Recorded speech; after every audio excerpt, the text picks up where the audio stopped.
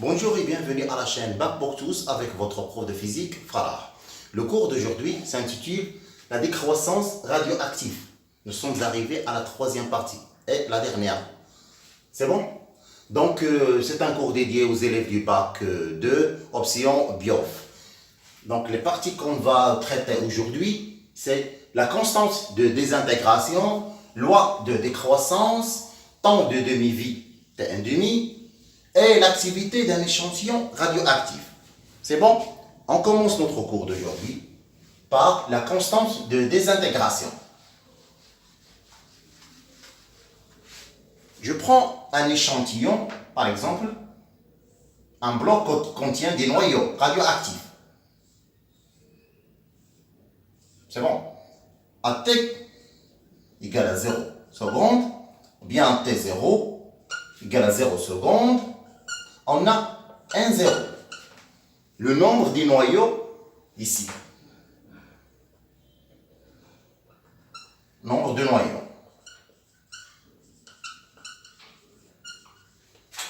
Noyaux. Voilà, présent. Voilà. À T quelconque,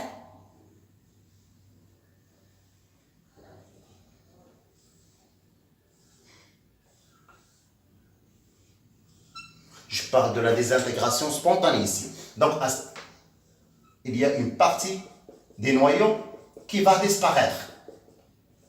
C'est bon? Il reste N à l'instant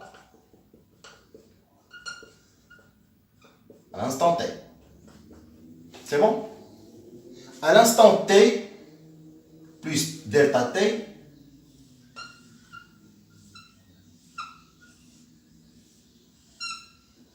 voilà. Encore une autre partie qui va disparaître. Donc, il reste N1. Donc, N1, c'est le nombre de noyaux qui reste ici. Une grande partie qui va disparaître. Donc, mon objectif, c'est de calculer ce nombre. Donc, comme vous savez, dn, la différence de n, c'est n final moins n initial. Je prends par exemple dn entre l'instant t, entre t et t plus, entre cet instant t, l'instant t plus delta t. L'instant t, c'est bon? C'est-à-dire l'instant t, c'est-à-dire l'instant t plus delta t. Donc dn c'est n final moins n initial. N final c'est n1, n initial c'est n. C'est bon? Donc n1, je vais passer n de l'autre côté, c'est dn plus n. Donc le nombre de noyaux qui reste à l'instant t plus delta t, d de t, c'est d de n plus n. C'est bon? Notre objectif, c'est de chercher la constante de désintégration. C'est quoi? C'est bon? On a Na égale à dn plus n. Donc, si par exemple, dt est très grande, si à l'instant, par exemple, si j'augmente par exemple la durée, donc automatiquement, le dn augmente. Au cours du temps, la différence entre le noyau final et le noyau initial va augmenter. C'est-à-dire que la désintégration augmente avec le temps. Plus le temps passe, plus la désintégration est importante. Donc, dt est proportionnel à d de n. Aussi, si n est grande, le nombre de noyaux à l'instant t est grand, plus dn est importante. Donc, on remarque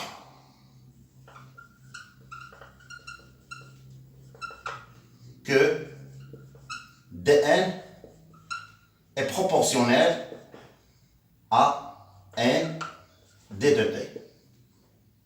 Quand je dis proportionnel, donc je dois chercher un coefficient de proportionnalité. Ce coefficient, c'est lambda. Donc nous sommes arrivés à cette formule-là. Mais comme vous savez, je peux changer lambda, c'est le coefficient. Puisque dn est négatif, comme vous savez, le nombre final moins le nombre initial est négatif, parce qu'il y a la désintégration, c'est-à-dire le nombre des noyaux qui diminue à travers, avec le temps. Donc je dois mettre un signe ici. C'est bon? Pour garder une formule exacte. Donc, lambda, c'est quoi lambda à votre avis? C'est moins d1 sur n fois dt.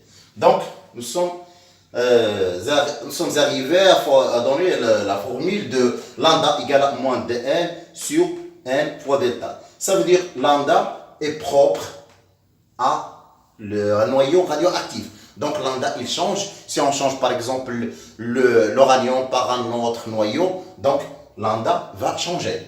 C'est bon? Donc lambda, c'est une proportion, voilà, proportion de n sur n sur le temps. C'est bon? Donc lambda égale à moins de n sur n. Ça, c'est un rapport. N sur n sur. Donc, il est propre, il est à un noyau. Donc, si je change par exemple le noyau, je trouve une autre formule. C'est bon? Donc, je garde. Donc, dn sur. Pas de, ici, pas d'unité. Et dt, c'est seconde moins 1. Donc, lambda, ça sera en seconde moins 1. C'est bon? Il est propre à le noyau radioactif. Voilà. Donc, j'écris la formule qu'on va utiliser. Moi, lambda 1. Je dois encadrer cette formule-là. Ce qui nous intéresse. Voilà. On passe à autre chose. Donc, nous avons déterminé la constante de désintégration. On passe à la deuxième partie. C'est quoi? La deuxième partie, c'est loi de désintégration, c'est ça? Oui. Loi de désintégration.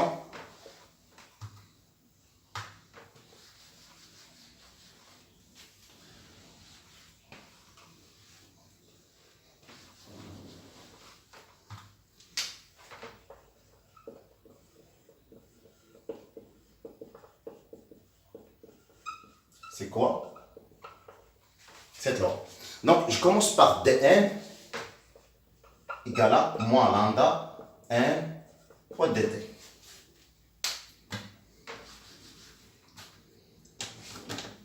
À votre avis. Ici, si je mets par exemple dn sur n égale à moins lambda fois dt. Donc, je passe à l'intégrale. Donc, si je mets l'intégrale ici, je dois mettre l'intégrale ici. Donc, dérivée de n sur n, l'intégrale de dérivée, vous avez déjà vu ça en maths, c'est le logarithme de n à l'instant. Donc, je pars de n 0 jusqu'à n. C'est bon? Égal à moins lambda t. C'est bon? Donc, ici, c'est le logarithme de, ou bien directement, c'est le logarithme de n sur n 0. Voilà, logarithme de égal à moins. Donc, ici, je passe encore une fois à la dérivée. Donc, n sur n 0. Voilà. Je passe à l'exponentielle, pardon. Donc, je fais l'exponentielle de logarithme, c'est 1 sur 1, 0. Et l'exponentielle de moins lambda t, je trouve cette formule, moins lambda t. Donc, n égale à 1, 0, l'exponentielle moins lambda t. Donc, comme vous voyez, n égale à, j'écris cette formule ici.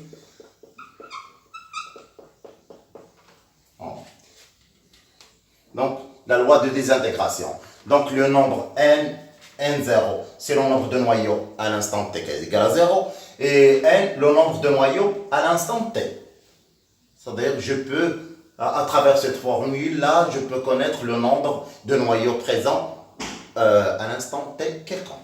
Par exemple, après, je cherche la courbe qui représente les variations de n en fonction du temps.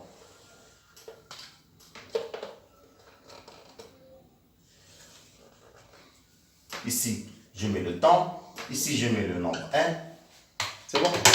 Donc, à votre avis, à l'instant t égale à 0, il suffit de remplacer t par 0. Je trouve n égale à 1, 0. Donc, 1, 0. À l'instant t, par exemple, égale à t quelconque, je trouve n1. T1, T2, T3, T4, pardon, T4, ainsi de suite. Donc, à l'instant T1, je trouve par exemple, ici. À l'instant T2, je trouve T3, T4, ainsi de suite. Je dois lier ces points. Je trouve la courbe, cette courbe-là. Donc, c'est bien? C'est bon?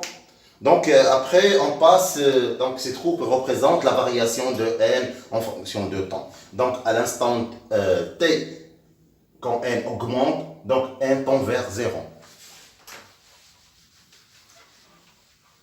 Je pense, temps de demi-vie. Temps de demi-vie.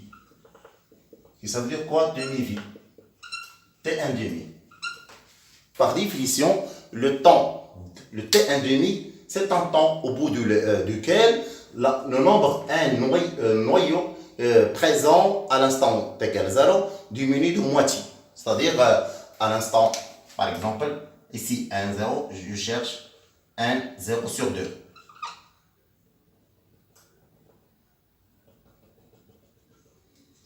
C'est ça, T1 demi. Donc, il correspond au nombre 1, 0 sur 2.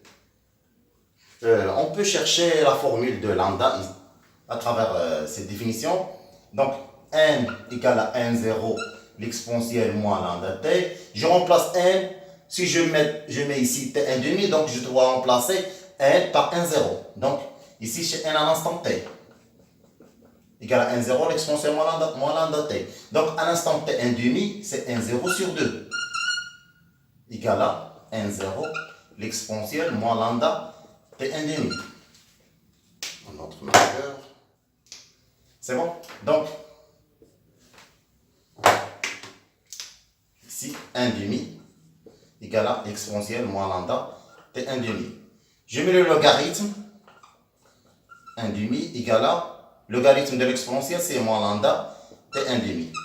Le logarithme de 1, c'est logarithme de 1 moins logarithme de 2. C'est moins logarithme. Parce que le logarithme de 1 égale à 0. Vous l'avez déjà vu ça en mathématiques. Donc, moins lambda, T1 demi. Donc, formule lambda, je mets plus ici. Lambda, c'est égal à T1 demi, logarithme de 2. C'est bon? Donc, la constante de désintégration, c'est le logarithme 2 divisé par le T1 demi. C'est la demi-vie. C'est bon? Donc, nous sommes arrivés à la dernière partie. C'est l'activité d'un échantillon.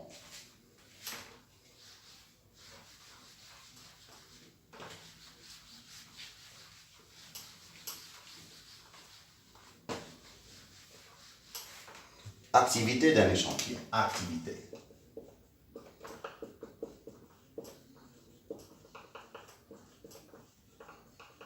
Ça veut dire quoi? Activité d'un échantillon radioactif, bien sûr. Toujours on travaille dans les noyaux radioactifs. Radioactif. C'est bon. Donc, par définition, l'activité A de T, symbole c'est A de T. Voilà. D'une source contenant un noyau radioactif à la date T est égal au nombre de noyaux qui se désintègrent par seconde. C'est le nombre de noyaux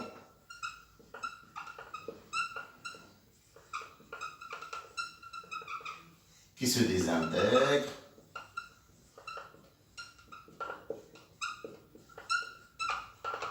par seconde.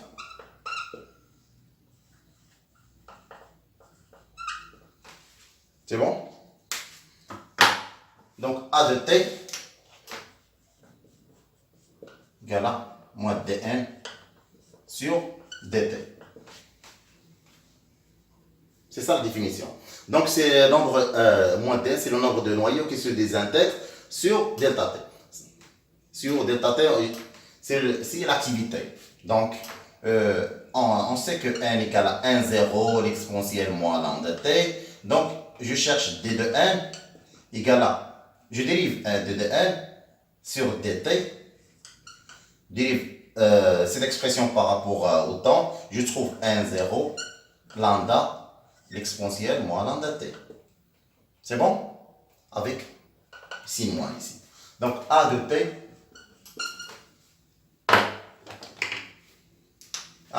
égale à moins d1 sur dt, c'est 1, 0, lambda, l'exponentielle moins lambda t. Donc à t égale à 0, je remplace t par 0, je trouve a t égale à 0 égale à lambda fois 1, 0. C'est bon? Donc a de t